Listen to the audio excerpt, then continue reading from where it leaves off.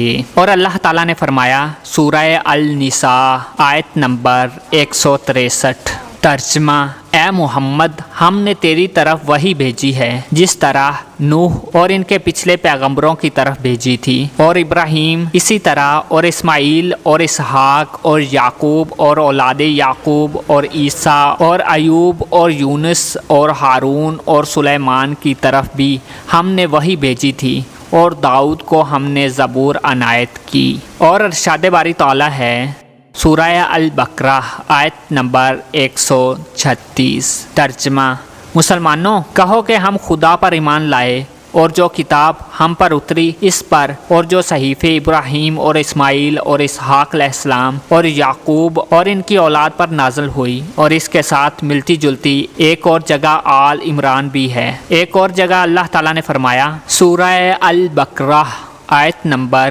140۔ اے یہود و نصارہ، کیا تم اس بات کے قائل ہو کہ ابراہیم اور اسماعیل اور اسحاق اور یعقوب اور ان کی اولاد عیسائی یا یہودی تھے؟ اے محمد، ان سے کہو کہ تم زیادہ جانتے ہو، یا اللہ، اور اس سے بڑھ کر ظالم کون ہے جو خدا کی شہادت کو جو اس کے پاس کتاب میں موجود ہے چھپائے، اور جو کچھ تم لوگ کر رہے ہو خدا تعالیٰ اس سے غافل نہیں ہے۔ ان کی تعریف میں اللہ تعالیٰ نے بہت سی عمدہ صفات بیان کی ہیں کہ ان کو نبی اور رسول بنایا، اور ان کو ہر اس عیب سے پاک کیا جو جاہل قسم کے لوگوں سے ان کی طرف منسوب کیے۔ اور اللہ تعالیٰ نے اپنے مومن بندوں کو حکم دیا کہ جو کچھ ان پر نازل ہوا اس پر ایمان لاؤ۔ مورخین اور ماہرین انساب نے کہا ہے کہ یہ سب سے پہلے شخص ہیں جو گھوڑے پر سوار ہوئے، اس سے پہلے گھوڑا وحشی اور جنگلی جانوروں میں شمار ہوتا تھا۔ حضرت اسماعیل علیہ السلام نے اس کو سدھایا اور مانوس کیا اور اس پر سواری کی۔ مصنف مغازی حضرت سعید بن یحییٰ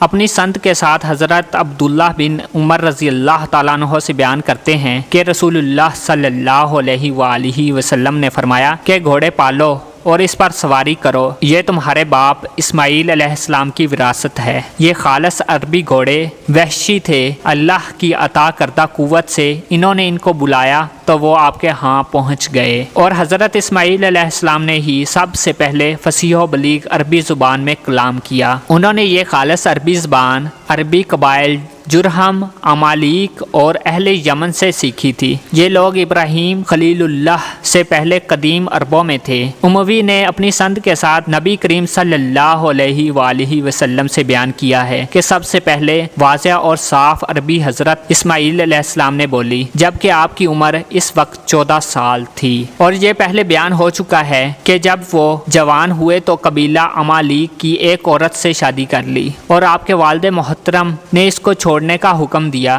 تو آپ نے اس کو طلاق دے کر علیحدہ کر دیا۔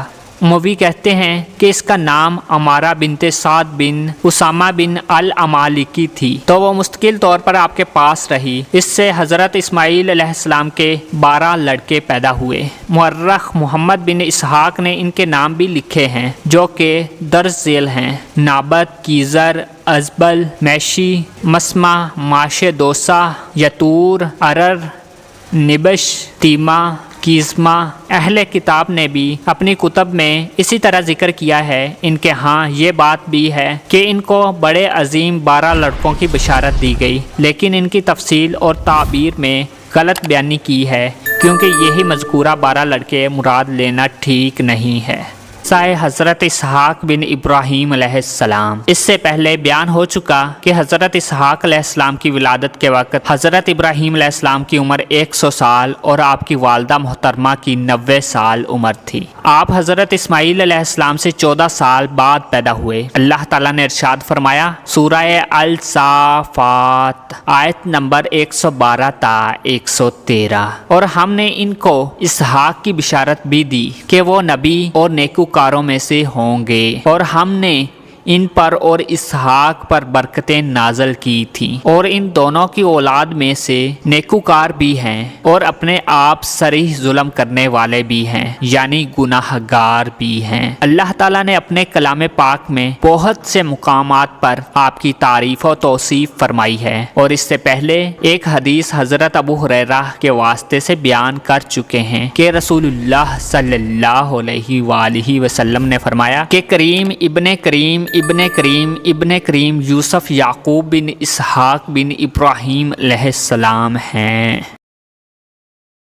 آپ کی وفات۔ اسماعیل علیہ السلام قبائل جرہم، امالیک اور اہل یمن اور آس پاس کے علاقوں کی طرف مبعوث کیے گئے، اور جب آپ کی وفات کا وقت قریب آیا تو آپ نے اپنے بھائی حضرت اسحاق علیہ السلام کو وصیت فرمائی اور اپنی بیٹی نسمہ کی شادی اپنے بھتیجے العیس بن اسحاق سے کر دی۔ اس کے بطن سے روم پیدا ہوئے، اسی نام کی مناسبت سے اس کی اولاد کو بنو الاسف کہتے ہیں، کیونکہ العیس زرد رنگ کے تھے۔ ایک قول کے مطابق اسی سے یونان پیدا ہوئے، اور اس کی اولاد سے اشبان بھی ہیں۔ بعد نے کہا ہے کہ یہ بھی ان دونوں کی اولاد سے ہیں، اور ابن جریر نے اس بارے میں توقف کیا ہے۔ حضرت اسماعیل علیہ السلام اپنی والدہ ہاجرہ کے پہلو مقام ہجر میں دفن ہوئے۔ وفات کے وقت ان کی عمر 137 برس تھی۔ حضرت عمر بن عبداللہ سے مروی ہے کہ انہوں نے کہا کہ اسماعیل علیہ السلام نے اپنے رب سے مکہ کی گرمی کی شکایت کی تو اللہ تعالیٰ نے ان کی طرف وحی فرمائی کہ میں تیرے لیے جنت کا دروازہ اس لیے کھول دیتا ہوں جہاں تو دفن ہوگا، تو قیامت کے دن تک تجھ پر اس کی ہوا آتی رہے گی۔ حجاز کے تمام عرب آپ کے دو بیٹوں نابت اور کزار کی طرف منسوب ہیں۔ آپ کی شادی۔ اہل کتاب نے ذکر کیا ہے کہ جب حضرت ابراہیم علیہ السلام کی زندگی میں حضرت اسحاق علیہ السلام نے رفقہ بنت بطویل سے شادی کی تو اس وقت آپ کی عمر 40 سال کی تھی۔ آپ کی بیوی بانجھ رہی تو آپ نے اللہ کے حضور دعا کی اور وہ حاملہ ہوئی۔ اس نے 2 جڑواں بچے جنم دیے۔ پہلے کا نام عیس تھا جس کو عرب عیسو کہتے ہیں اور یہ روم کا والد ہے، اور دوسرا بچہ جب پیدا ہوا تو وہ اپنے بھائی کی ایڑی پکڑے ہوئے تھا، اس لیے اس کا نام یعقوب رکھا گیا۔ انہی کو اسرائیل کہتے ہیں جن کی طرف بنی اسرائیل منسوب ہوئے۔ اہل کتاب نے ذکر کیا ہے کہ اسحاق علیہ السلام یعقوب علیہ السلام کے مقابلے میں اس سے زیادہ محبت کرتے تھے کیونکہ وہ پہلے لڑکے تھے، اور ان کی ماں رفقہ یعقوب علیہ السلام سے زیادہ محبت کرتی تھی کیونکہ وہ چھوٹے تھے، اور کہتے ہیں کہ حضرت اسحاق جب بوڑھے ہو گئے اور آپ کی بینائی کمزور ہو گئی تو انہوں نے اپنے بیٹے عیس سے کھانا طلب کیا اور اس کو حکم دیا کہ وہ جا کر شکار کر لائے اور اسے بھون کر لائے تاکہ وہ اس کے لیے دعا کر لے۔ عیس شکاری تھا، وہ شکار کی تلاش میں نکلا۔ بعد میں رفقہ نے اپنے بیٹے یعقوب کو بہترین بکریوں میں 2 بچے ذبح کرنے کا حکم دیا اور کہا کہ اپنے باپ کی پسند کے مطابق کھانا تیار کر کے اپنے بھائی سے پہلے لے جائے تاکہ تمہارا باپ تمہارے لیے دعا کرے۔ پھر وہ اٹھی اور عیس کے کپڑے یعقوب کو پہنا دیے اور ان کے بازوؤں اور گردن پر بکری کے بچوں کا چمڑا باندھ دیا کیونکہ عیس کے جسم پر بال تھے اور یعقوب علیہ السلام کے جسم پر بال نہیں تھے۔ جب یعقوب علیہ السلام کھانا لے کر اپنے باپ کے قریب گیا تو انہوں نے پوچھا کہ تو کون ہے؟ انہوں نے کہا کہ آپ کا لڑکا۔ انہوں نے اسے اپنے ساتھ لگا لیا اور اسے چوما اور کہا کہ آواز تو یعقوب کی ہے لیکن کپڑے اور جسم عیس کا ہے۔ جب کھانا کھا کر فارغ ہوئے تو اس کے لیے دعا کی کہ وہ اپنے بھائیوں میں سے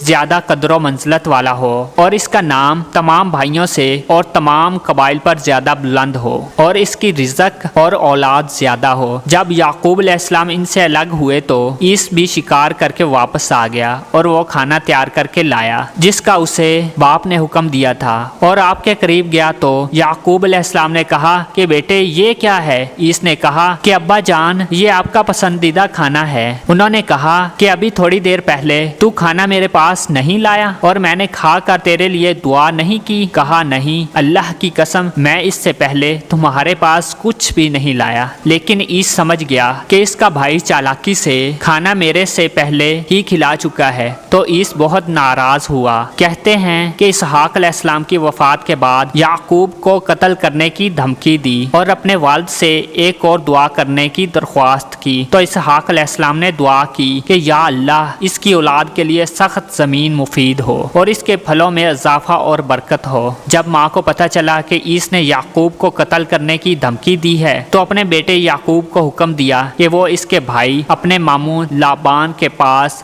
ہاران میں چلا جائے اور اپنے بھائی کا غصہ ٹھنڈا ہونے تک وہاں ہی رہے، اور ساتھ ساتھ ماں نے یہ بھی کہا کہ وہاں اپنی ماموں زاد بہن سے شادی کر لینا، اور اس نے اپنے خاوند اسحاق علیہ السلام نے ایسا ہی کیا۔ تو اس دن کے آخر میں حضرت یعقوب علیہ السلام وہاں سے نکل پڑے۔ راستے میں ایک جگہ اندھیرا چھا گیا تو ایک پتھر سر کے نیچے رکھ کر سو گئے۔ انہوں نے خواب میں ایک سیڑھی دیکھی جو آسمان سے زمین تک کھڑی کی گئی ہے اور فرشتے اس پر آ جا رہے ہیں، اور اللہ تعالیٰ یعقوب علیہ السلام سے مخاطب ہوئے کہ میں تجھے بابرکت بناؤں گا اور تیری اولاد کو بڑھاؤں گا، زیادہ کروں گا، اور یہ زمین تیرے لیے اور تیری اولاد کے لیے کر دوں گا۔ اور جب نیند سے بیدار ہوئے تو آپ کو بہت خوشی حاصل ہوئی اور منت مانی کہ اگر میں اپنے گھر والوں کی طرف خیر و سلامتی کے ساتھ واپس پہنچ گیا تو اس جگہ اللہ کی عبادت کے لیے جگہ بناؤں گا، اور جو کچھ اللہ تعالیٰ مجھے مال دے گا میں اس میں سے 10واں حصہ خدا کے لیے وقف کر دوں گا۔ پھر اس پتھر پر تیل لگا دیا تاکہ بعد میں وہ پہچانا جا سکے، اور اس کا نام بیت-ایل یعنی بیت اللہ رکھا۔ یہی بیت المقدس کی جگہ ہے جسے یعقوب علیہ السلام نے بعد میں تعمیر کیا۔ کہتے ہیں کہ یعقوب علیہ السلام اپنے ماموں کے عرض حران میں آئے، اور اس کی 2 بیٹیاں تھیں، بڑی کا نام لیا اور چھوٹی کا نام راحیل تھا۔ چھوٹی ذرا زیادہ خوبصورت تھی۔ یعقوب علیہ السلام نے اپنے ماموں سے چھوٹی کا رشتہ مانگا تو اس نے اس شرط پر رشتہ دینا قبول کیا کہ آپ 7 سال تک بکریاں چرائیں گے۔ تو یعقوب علیہ السلام نے یہ شرط منظور کر لی۔ جب 7 سال کی مدت پوری ہوئی تو لابان نے کھانا تیار کیا اور لوگوں کو اکٹھا کیا اور لیا کے ساتھ آپ کا نکاح کر کے رات کو آپ کے ہاں بھیج دیا۔ وہ کمزور نظر والی اور بدصورت تھی۔ صبح ہوئی تو یعقوب علیہ السلام کو پتہ چلا کہ میرے پاس آنے والی ماموں کی بیٹی لیا ہے، تو انہوں نے ماموں سے کہا کہ آپ نے مجھ سے دھوکہ کیا ہے، آپ نے میرے ساتھ راحیل کی نسبت کی تھی۔ تو ماموں نے جواب دیا کہ ہمارا یہ دستور نہیں ہے کہ ہم بڑی سے پہلے چھوٹی کا نکاح کریں، اگر آپ اس کی بہن چاہتے ہیں تو مزید 7 سال کام کریں، میں راحیل کی شادی آپ سے کر دوں گا۔ جب 7 سال مزید کام کرتے ہوئے گزر گئے تو ماموں نے پہلی بیٹی کے ساتھ راحیل کو بھی اس کے ہاتھ داخل کر دیا، اور 2 بہنوں کا اکٹھا نکاح کرنا ان کی شریعت میں مباح اور جائز تھا۔ پھر تورات میں اس کو منسوخ کر دیا گیا، اور یہ بات نسخ کے واقعہ ہونے کی دلیل کافی ہے کیونکہ یعقوب علیہ السلام کا عمل اور کام اس کے مباح ہونے کی دلیل ہے، اس لیے کہ وہ معصوم تھے۔ حضرت یعقوب علیہ السلام کے ماموں لابان نے اپنی دونوں بیٹیوں کو ایک ایک لونڈی دی۔ جو لیا کو دی اس کا نام زلفی تھا، اور راحیل کو جو لونڈی دی اس کا نام بلہی تھا۔ اور اللہ تعالیٰ نے لیا کی حسن و خوبصورتی کی کمی اس طرح پوری کی کہ اسے اولاد عنایت کی۔ اس کے بطن سے سب سے پہلے یعقوب علیہ السلام کی اولاد میں سے روبیل پیدا ہوئے، پھر شمعون، پھر لاوی، پھر یہودا پیدا ہوئے۔ اس طرح کی صورتحال راحیل کی غیرت آئی کہ اسے حمل نہیں ہو رہا تھا، تو اس نے اپنی باندی بلہی یعقوب علیہ السلام کو حبہ کر دی۔ یعقوب علیہ السلام اس کے پاس آئے تو وہ حاملہ ہو گئی، تو اس کے ہاں بھی بچہ پیدا ہوا، تو اس نے اس کا نام دان رکھا۔ دوسرا بچہ پیدا ہوا تو اس نے اس کا نام نفتالی رکھا۔ پھر لیا حاملہ ہوئی تو اس سے 5واں بچہ پیدا ہوا، اس کا نام اساخر رکھا۔ پھر اس نے 6ٹھا بچہ جنم دیا اور اس کا نام زابلون رکھا۔ پھر اس کے بطن سے لڑکی پیدا ہوئی اور اس کا نام دینا رکھا۔ اس طرح یعقوب علیہ السلام کی اولاد اس سے 7 افراد ہو گئے۔ پھر راحیل نے اللہ تعالیٰ سے دعا کی اور التجا کی کہ یا اللہ مجھے یعقوب علیہ السلام سے اولاد عطا کر۔ اللہ نے اس کی دعا قبول فرمائی اور وہ اللہ کے نبی یعقوب سے حاملہ ہوئی۔ پھر اس نے ایک عظیم اور شریف اور خوبصورت بچہ جنم دیا جس کا نام